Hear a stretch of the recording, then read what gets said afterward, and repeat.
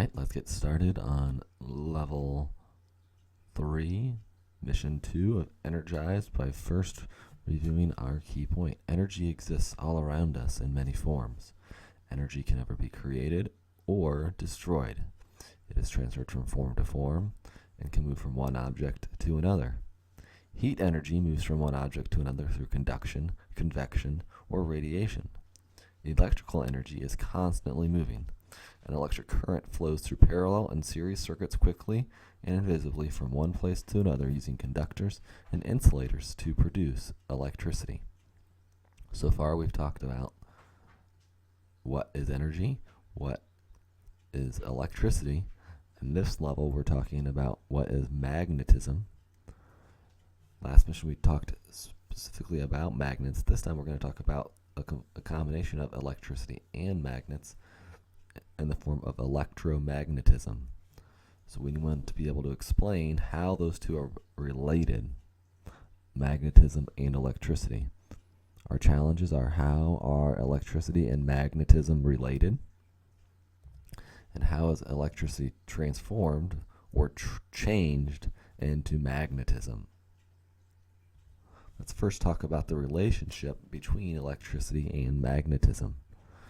A Danish scientist many years ago named Hans Christian Ørsted discovered that an electric current caused the compass needle to move.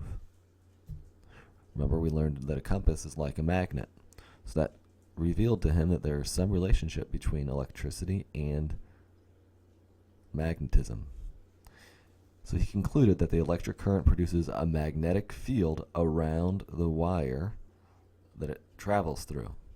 Here the picture shows what he discovered.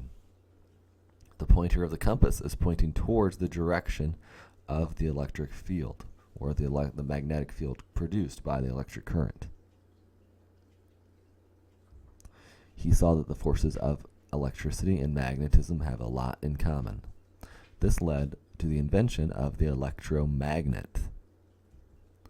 What is an electromagnet and how does it work? An electromagnet is a coil of wire with many loops through which an electric current passes. Here you see an example of an electromagnet.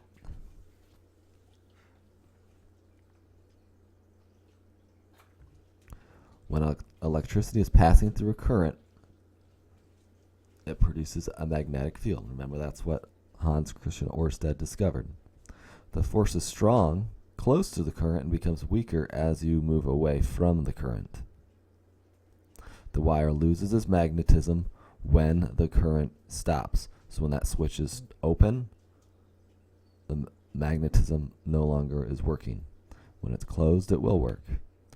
By transforming electrical energy into magnetic energy, an electromagnet can become a very powerful magnet.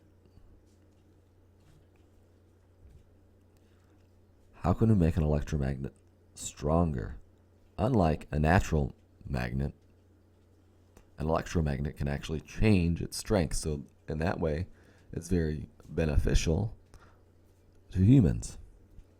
Its strength can be increased by first increasing the amount of current running through the wire, and we do this by replacing a small power source with a larger power source.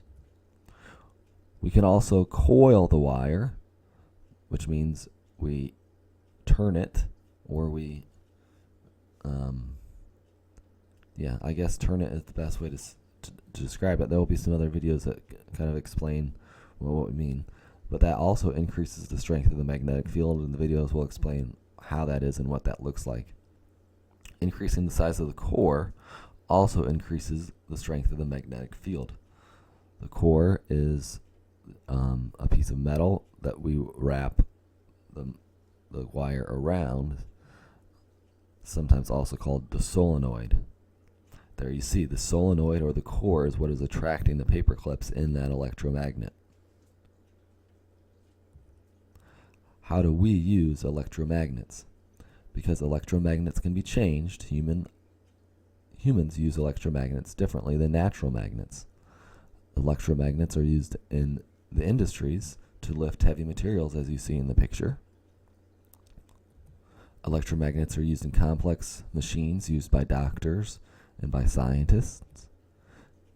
A lot of the technology we use, television, computers, DVD players, doorbells, earphones, these all work because of electromagnets.